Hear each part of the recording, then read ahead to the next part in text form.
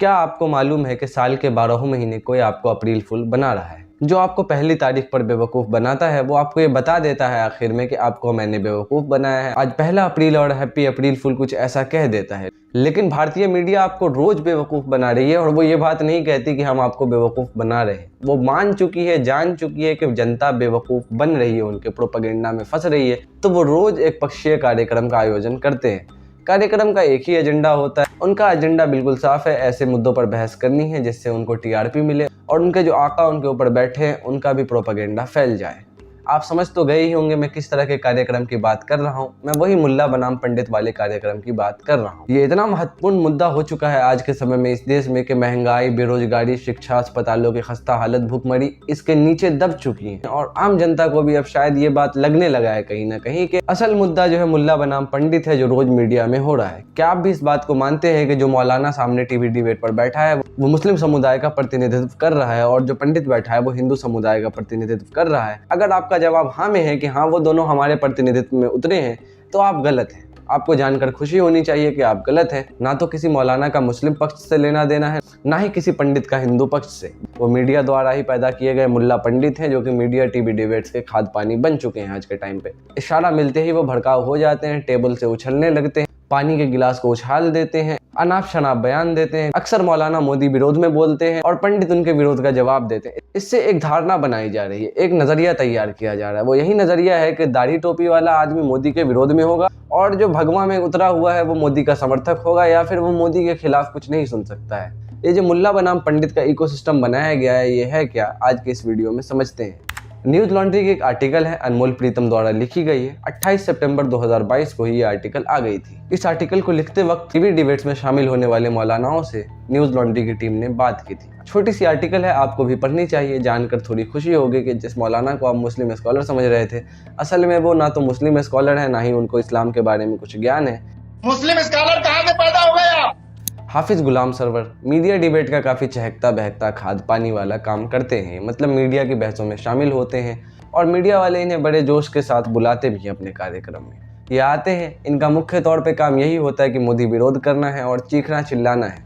ये खुद इस बात को एडमिट करते हैं कि ये कोई मुस्लिम मौलाना नहीं है और कई बार इन्होंने बहस में खुद को मुस्लिम मौलाना कहने से एतराज भी किया। एक बार न्यूज़ नेशन की एक बहस में इन्होंने लाइव डिबेट पर कहा था कि मैं कोई मौलाना नहीं हूँ, मैं टीवी डिबेट वाला मौलाना हूँ, जो कि आप लोगों ने ही मुझे मौलाना बना दिया है। अलग अलग चैनलों में अलग अलग किरदार में नजर आ जाते हैं मौलाना गुलाम सरवर। कभी इन्हें इस्लामिक स्कॉलर, कभी मौलाना, तो कभी ऑल इंडिया यूनाइटेड मोर्चा का अध्यक्ष बता दिया जाता है।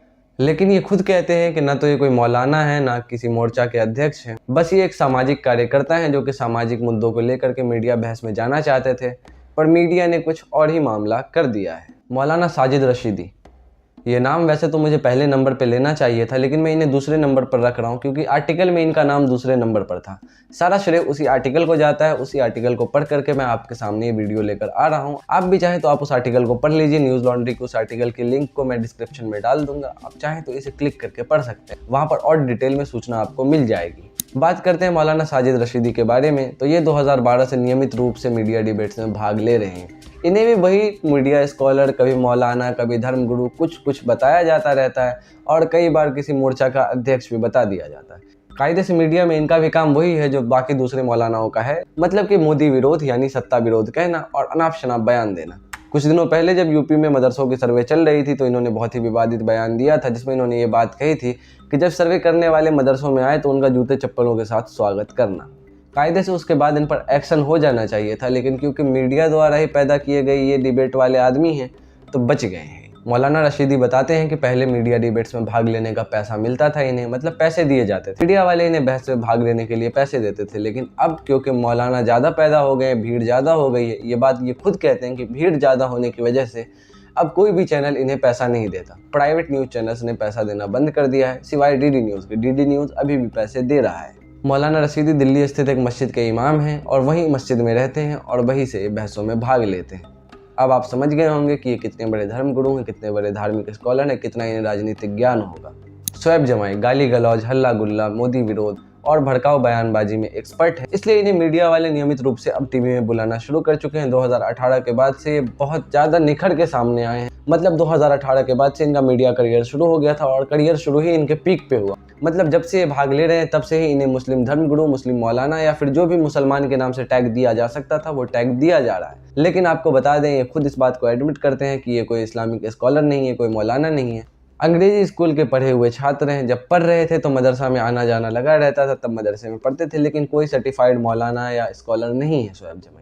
रियल एस्टेट और कैफ़े का बिजनेस है इनका, उसी से इनका गुजारा चलता है। मीडिया की बहसों में शोएब जमाई राजनीतिक दल की तरफ से आते हैं, जिसको मीडिया दिखाती नहीं है, मीडिया उजागर नहीं करती है। लेकिन शोएब जमाई खुद बताते हैं कि वो आरजेडी के साथ जुड़े हुए हैं और आरजेडी के यंग प्रवक्ता के तौर पर वो आते हैं, लेकिन मीडिया वाले उन्हें आरजेडी का प्रवक्ता ना बता के कभी मुस्लिम स्कॉलर, कभी मुस्लिम धर्मगुरु और कभी मुस्लिम विचारक बता देते हैं। इन तीनों मौलाना के बारे में आपने सुन लिया। अब मैं इन तीनों मौलाना की एक कॉमन स्टेटमेंट बता देता हूँ। ये तीनों इस बात को मानते हैं कि मीडिया में एक सुयोजित तरीके से कार्यक्रम चलाया जाता है, इन्हें बुलाया जाता है। आपको भी जानना चाहिए, ये बताते हैं कि मीडिया में टीवी डिबेट्स वाले एंकर कोड वर्ड का इस्तेमाल करते हैं। मतलब जब भड़काऊ बयानबाजी देनी होती है तो वो नीचे से इशारा कर देते हैं, मुल्ला हो या पंडित हो कूद कूद के बयान देना शुरू कर देता है, पानी का गिलास उछाल देता है। और जब एड ब्रेक होता है तो गुलाम सरवर का स्टेटमेंट है, वो ये कह रहे हैं कि उनके सामने एक बार एक मौलाना ने पूछा मीडिया कर्मी से जो उस बहस का संचालन कर रहे थे कि कैसी एक्टिंग थी।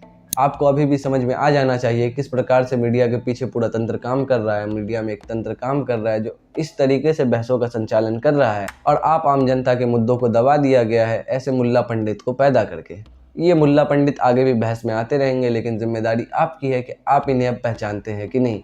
अगर अगली बार आप इन्हें बहस पर देखें तो टीवी डिबेट हटा दीजिएगा, कार्यक्रम बदल लीजिएगा, डिस्कवरी पे मैन वर्सेस वाइल्ड का पुराना एपिसोड देख लीजिएगा, पोगो लगा करके आप छोटा भीम देख लीजिएगा। अगर पोगो पे छोटा भीम आता है तो वो ज़्यादा बेहतर होगा, थोड़ी नॉस्टैल्जिक हो लीजिएगा, लेकिन इन मीडिया बहसों से वो अच्छा होगा। मेरी इस बात को लिखकर आप अपने पर्स में डाल लीजिए। अगर मेरी बात सही लगी हो तो मेरे चैनल को सब्सक्राइब करिए और मेरे इंडिपेंडेंट जर्नलिज्म को सपोर्ट करिए। धन्यवाद।